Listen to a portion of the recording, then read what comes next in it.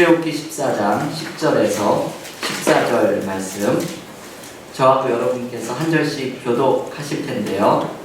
교우들께서 읽으실 때 저는 또 함께 읽겠습니다.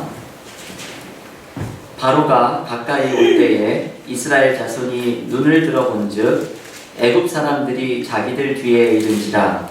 이스라엘 자손이 심히 두려워하여 여호와께 부르짖고 그리고 모세에게 이르되 너희를 전사하옵소서. 주님을 불러내어 이 나라에서 죽게 하느냐.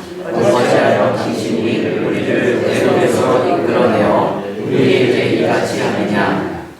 우리가 애굽에서 당신에게 이른 말이 이것이 아니냐. 이르기를 우리를 내버려 두라. 우리가 애굽 사람을 섬길 것이라 하지 아니하더냐. 애굽 사람을 섬기는 것이 광야에서 죽는 것보다 낫겠노라. 모세가 백성에게 이르되 너희는 두려워하지 말고 가만히 서서 여호와께서 오늘 너희를 위하여 행하시는 구원을 보라. 너희가 오늘 본 애굽 사람을 영원히 다시 보지 아니하리라. 함께 읽겠습니다. 여호와께서 너희를 위하여 싸우시리니 너희는 가만히 있을지니라. 아멘. 오늘 모세 묵상 9번째 시간입니다. 오늘은 이스라엘 백성이 애굽에서 해방되자마자 경험한 위기의 사건을 하나 묵상을 하려고 합니다. 바로 홍해 바다를 건너는 사건입니다.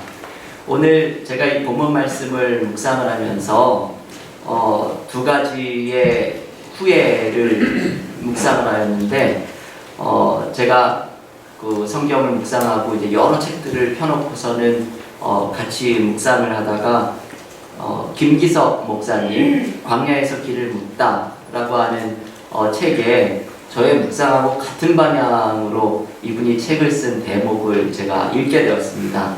이렇게 묵상의 방향이 같은 것을 발견하면은 먼저 출판하신 분이 있으면 언급을 이렇게 하는 게 도리인지라 제가 김기성 목사님의 그 묵상을 제가 미리 언급을 하고 오늘 저의 묵상을 나누려고 합니다. 오늘 본문을 묵상을 하면 두 가지의 후회가 등장을 합니다. 이 두 가지의 후회가 이 홍해바다를 건너는 장면을 이끌어가고 있는 모티브입니다. 하나는 이집트 왕 바로의 후회이죠. 이스라엘 백성이 출애굽을 하자마자 이 바로 왕이 곧바로 후회를 합니다. 오늘 본문 출애굽기 14장 5절 하반절에 보면 이렇게 말씀을 하죠. 이르되 우리가 어찌 이같이 하여 이스라엘을 우리를 섬김에서 놓아 보내었는가. 이 바로의 후회하는 이 대목은 자신이 바보같이 당했다는 생각이 갑자기 드는 겁니다. 이 10가지 재앙의 그 두려웠던 일은 잊어버리고 대이집트의 황제로서 모든 일의 주도권을 빼앗겼다고 생각을 하고, 그리고 이스라엘이라고 하는 이 엄청난 노예를 잃어버린 것이 아깝다고 생각을 합니다. 바로의 후회를 한마디로 이야기하면 욕심으로부터 나오는 후회입니다. 이 후회 때문에 바로는 자기가 이집트의 황제로서의 주도권을 다시 되찾으려고 하고 잃어버린 노동력도 되찾기 위해서 군대를 이끌고 이스라엘 백성을 추격합니다. 이집트 군대의 추격 앞에서 본문에서 두 번째 후회가 등장을 하죠. 그것은 바로 이스라엘 백성들의 후회입니다. 이들의 후회는 오늘 본문 11절 말씀에서 이렇게 소개가 되고 있습니다. 그들이 또 모세에게 이르되 애굽에 매장지가 없어서 당신이 우리를 이끌어내어 이 광야에서 죽게 하느냐. 어찌하여 당신이 우리를 애굽에서 이끌어내어 우리에게 이같이 하느냐. 이스라엘 백성들은 이제 자신이 죽은 목숨이라고 생각을 합니다. 뒤에는 바로의 군대가 쫓아오고 있고 앞에는 시퍼런 홍해바다의 물이 가로막고 있으니 어느 쪽으로 가나 이제 진퇴양난이죠. 자신들은 죽게 생겼다고 생각을 합니다. 그래서 이들이 이제 불평을 하는데 첫 번째 불평이죠. 광야에 나가서 수없는 불평을 할 텐데 그 첫 번째 시작이 이렇게 시작이 됩니다. 모세가 자신들을 구원할 때에는 분명히 최고의 지도자라고 축혀 세웠겠지만 이제 홍해바다의 위기 앞에서 이 이스라엘 백성들은 모세를 원망하면서 광야에서 우리를 죽이려고 끌고 나왔느냐 소리를 지릅니다. 이들은 이집트의 그 노예살이에 있었던 것을 나온 것 자체를 후회합니다. 이들의 후회는 한마디로 이야기하면 두려움에서부터 나오는 후회입니다. 여러분, 이 두 가지의 후회, 욕심에서부터 나오는 후회, 그리고 두려움에서부터 나오는 후회, 우리가 인생에서 모두 경험하게 되는 후회입니다. 우리는 바로와 같이 나의 욕심으로부터 나오는 후회를 경험하는 시간이 있습니다. 내가 그걸 충분히 할 수 있었는데 못했구나. 내가 그걸 할 수 있었는데. 이러한 후회의 뿌리는 사실 따지고 보면 교만함이죠. 나의 능력과 나의 주도권을 강조할 때에 생기는 후회가 이런 종류의 후회입니다. 나의 힘으로, 나의 능력으로 모든 것을 감당할 수 있다고 생각을 하니 이런 욕심의 후회가 일어납니다. 우리는 또 인생에서 두려움의 후회를 경험할 때가 있는데 이것은 믿음 없음에서 나오는 후회입니다. 인생의 풍파와 두려움을 맞이할 때에 자신의 인생이 속절없이 무너질 것을 두려워서 떱니다. 차라리 여기까지 오지 말았어야 하는데, 이 선택을 하지 말았어야 했는데, 차라리 아무 일을 하지 않았어야 하는데 라는 후회로 나아가게 됩니다. 본문에서 보여주는 두 가지의 모습은 분명하죠. 욕심의 후회는 교만으로부터 시작되고 두려움의 후회는 믿음 없음으로부터 나오는 것입니다. 오늘 본문은 이 두 가지의 후회가 등장하는 모습 속에서 모세를 통해서 하나님께서 하나의 해답을 제시합니다.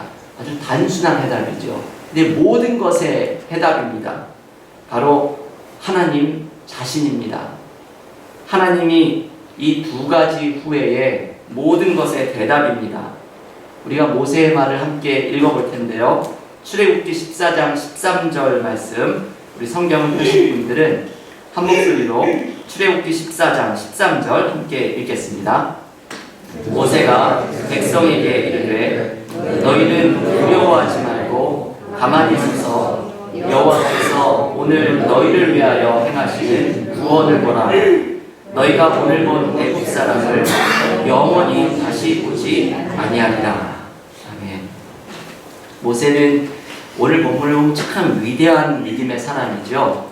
본문을 읽어보면 하나님이 어떠한 힌트도 주고 있지 않은 상황에서 모세가 이 고백을 먼저 합니다.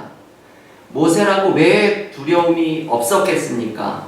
모세가 하나님의 소명을 받았을 때 광야에서 나이 80세에 그 노인이 하나님의 소명을 받고 바로왕 앞으로 두려움 속에 돌아가서 우여곡절 속에 10가지의 재앙을 통과하고 이스라엘 백성을 애굽에서 인도해냈지만 홍해바다 앞에 맞닥뜨렸을 때 아마 모세도 여기까지가 끝인가고 이렇게 생각을 했을 수도 있습니다. 게다가 자기를 칭송하던 이스라엘 백성들이 자신을 향한 원망의 소리를 높입니다. 아마도 처음에 아주 젊은 시절 이집트의 왕자였을 때 그 사람들에게 들었던 백성들의 원망과 조롱, 이것이 다시 반복되는 듯한 아마 상처를 건드리는 모습이었을지도 모릅니다. 저는 이렇게 모세를 묵상하면서 그런 생각이 들었어요. 우리 같으면 기분이 확 나빠가지고 다 때려치고 그래 니네 한번 알아서 해봐라 하고 모세가 그냥 자리를 떴을지도 모르겠습니다. 하지만 모세는 이 순간에 하나님이 어떠한 말씀도 안 해주셨던 그 순간에 하나님의 인도를 신뢰합니다. 이것이 모세의 위대한 믿음의 모습입니다. 진퇴양난의 위기 속에서 이스라엘 백성들의 불평과 원망의 스트레스 속에서 모세는 하나님께서 함께하고 계시다는 것을 신뢰합니다. 그래서 모세가 지금 읽은 우리가 함께 읽었던 13절 말씀에서 두 가지의 메시지를 주고 있죠. 하나는 가만히 서서 하나님이 하시는 것을 보라 라는 말씀입니다. 여러분, 가만히 서서 하나님이 하는 것을 보라는 것은 아무것도 하지 말라는 의미가 아닙니다. 수동적으로 아무것도 하지 말라는 뜻보다도 삶의 주도권이 누구에게 있는가를 인정하는 것입니다. 바로 하나님께서 우리의 인생을 책임지고 계시고 하나님께서 내 삶의 주도권을 가지고 계심을 인정하라는 것입니다. 이것이 욕심의 후회에 사로잡힌 사람들에게 주시는 오늘의 말씀입니다. 나의 능력과 나의 주도권을 신뢰하고 그것을 붙잡으려고 하는 거기에서부터 나오는 모든 후회를 내려놓고서 하나님의 주도권과 하나님의 인도를 신뢰하라는 것입니다. 모세의 말의 이 13절에서 두 번째 메시지는 분명하죠. 두려워하지 말라. 하나님께서 함께 하시니 두려워하지 말라라는 말씀입니다. 제가 이 말씀을 자주 드리죠. 성경에서 말하는 믿음의 반대말은 의심이 아닙니다. 우리는 믿음의 반대말을 믿지 못하는 어떤 의심으로 생각을 하지만 성경에서 말하는 믿음의 반대는 두려움입니다. 내 인생을 향한 하나님의 주도권과 하나님의 함께 하심을 신뢰하지 못할 때 나오는 것이 바로 두려움입니다. 오늘 저는 저희 교회 한 블록 밑에 있는 그 미국 장로교 테나플라이 장로교회 목사님을 만나고 왔습니다. 그 목사님의 어머니가 요즘 병원에서 위중한 가운데 있습니다. 어머니 어떠시냐 이렇게 여쭤보았더니 어머니를 병원에서 이제 리헵으로 옮기려고 하고 계신다고 그렇게 이야기를 합니다. 근데 오늘 그 목사님하고 이야기를 나누면서 어머니가 며칠 전에 자기에게 그렇게 이야기를 하시더래요. 어머니 말입니다. 네가 나를 걱정하는 거 잘 아는데 아무 걱정하지 말아라. 나는 하나님의 손이 감싸고 있다. 이 말을 하면서 그 목사님이 눈물을 글썽이면서 그렇게 이야기를 하십니다. I am in good hands. 나는 하나님의 손에 그렇게 놓여있다. 삶의 마지막일지도 모르는 그 어른이 보여주는 하나님을 향한 신뢰이죠. 삶도 죽음도 성공과 실패도 모두 하나님의 주도권에 있음을 기억하는 사람은 삶의 두려움을 넘어서는 신뢰를 가지게 됩니다. 나의 욕심을 넘어서는 겸손함을 가지게 됩니다. 교회 여러분, 오늘 우리가 조금 이따 기도할 때에 우리의 삶의 문제들을 가지고 함께 기도할 수 있기를 원합니다. 우리는 홍해 바다 앞에 서는 듯한 시기를 반드시 경험합니다. 삶의 후회가 몰려오고 삶의 두려움이 나를 삼키듯이 달려듭니다.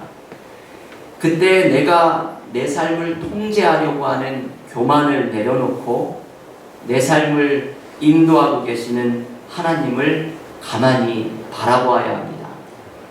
홍해의 시퍼런 물결 앞에서 두려움에 떨지 말고 내 삶의 주도권을 가지고 계시는 하나님을 바라보면서 두려워하지 말아야 합니다. 믿음은 교만도 내려놓고 두려움도 내려놓고 내 삶에 함께 하시는 하나님을 잠잠히 신뢰하는 것입니다. 이때 홍해의 두려움은 우리에게서 사라지는 것을 경험하게 될 것입니다. 그런데 여러분, 본문은 여기에서 끝이 나지 않습니다. 모세의 지금 이 13절을 통해서 등장하는 이 말씀은 너무나 훌륭한 믿음의 고백이지만 하나님은 여기에 하나를 덧붙이기를 원하십니다. 비로소 하나님께서 입을 열어서 말씀하시기를 출애굽기 14장 15절에서 이렇게 말씀을 합니다. 우리 한 목소리로 출애굽기 14장 15절 함께 읽겠습니다. 여호와께서 모세에게 이르시되 너는 어찌하여 내게 부르짖느냐? 이스라엘 자손에게 명령하여 앞으로 나아가게 하고. 이 말씀이 참 특이하죠. 하나님께서 첫 번째로 입을 떼서 말씀하시는 것은 모세에게 부르짖기만 하지 말라고 말씀합니다. 이제 발을 내디어서 앞으로 나아가라 라는 말씀입니다. 다시 말하면 홍해 바다에 발을 담그고서 나아가라는 것이죠. 하나님의 주도권을 신뢰한 사람, 두려움을 넘어서는 믿음을 붙잡은 사람은 믿음으로 발걸음을 내디뎌야 합니다. 이 하나님의 15절의 말씀이 참 인상적이죠. 너는 어찌하여 내게 부르짖느냐? 우리의 문제는 어쩌면 부르짖기만 하는 것 아니겠습니까? 하나님께서는 이렇게 말씀하실 것 같습니다. 그래, 너의 기도를 잘 들었다.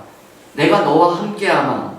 이제 그만 부르짖고 앞으로 발걸음을 내디뎌라. 언제까지 부르짖기만 할 거니? 이제 순종하여라. 여러분, 이제는 우리가 순종할 때입니다. 지난 주일에도 산상설교의 마지막 말씀을 바로 이 메시지를 묵상했죠. 오직 순종하는 자가 믿게 된다. 이 보네포의 말입니다. 우리는 순종하지 않기 때문에 삶이 요동치는 것입니다. 여러분, 가만히 생각을 해보십시오. 스스로를 속이지 마십시오. 하나님이 내 삶에 무엇을 원하시는지 우리는 알고 있습니다. 우리는 내가 무엇을 순종해야 하는지 알고 있습니다. 문제는 우리가 순종하지 않는 것입니다. 믿음으로 순종의 발걸음을 뗄 때에 홍해의 바다는 갈라지고 없었던 길은 열려지는 것을 경험하게 될 것입니다. 하나님께서 원하시는 것, 그 작은 것, 그것을 내가 느끼고 발견한 것을 순종할 때에 우리의 삶이 반석 위에 세워지는 축복을 경험하게 될 것입니다. 오늘 홍해바다의 두려움 앞에서 주신 두 가지의 말씀을 기억하십시오. 욕심의 후회와 두려움의 후회를 넘어서서 우리의 삶을 인도하고 함께하고 계시는 하나님을 향한 신뢰를 회복하십시오. 두려워하지 말고 가만히 서서 하나님께서 싸우시는 것을 신뢰하십시오. 그리고 신뢰 가운데 홍해바다를 향해 나아가십시오. 순종하는 자는 요동하지 않을 것입니다. 이 말씀의 축복을 경험하는 우리 모두가 되기를 주님의 이름으로 간절히 축원합니다.